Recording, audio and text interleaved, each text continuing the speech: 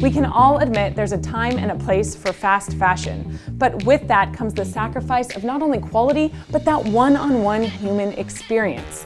As two men with two completely different shopping preferences, Colin Hunter and Peyton Jenkins came up with an idea that not only provided that quality and that human experience, but filled a gap in the menswear industry and defied the trends of fast fashion. This is the story of Alton Lane. You're watching The Grow Wire Show.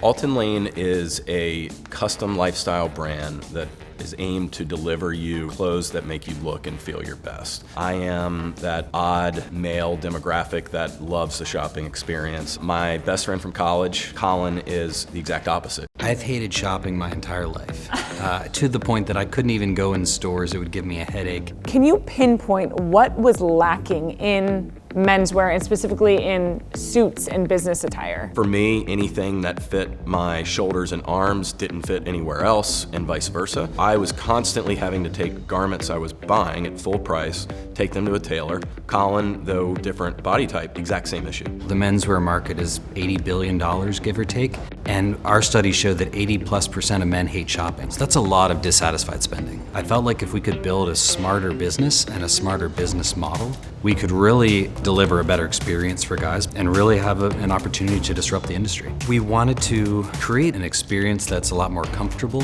and ultimately more efficient. So we looked at everything from store experience to how do brands deal with inventory, to the supply chain, to can you incorporate technology. We had a manufacturing contact in Thailand, and we literally packed up all of our things, sold what we could, and moved overseas. Built the relationships, went on the factory floor, and started to understand how this business works. There is a beautiful naivety that I think entrepreneurs have, that they don't know what they don't know.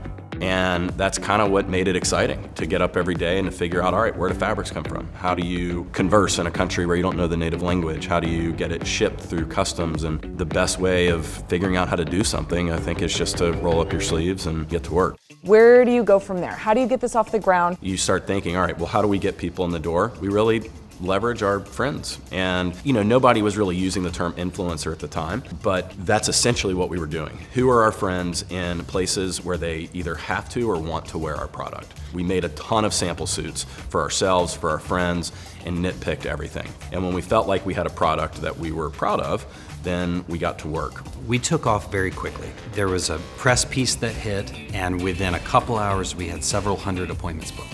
And there were only 3 of us, a lot of all-nighters. And then those clients came in and had a great experience and told their friends. We started to get more press, and so we were just hanging on. Those first 2 years, we probably slept at the office 3 to 4 nights a week.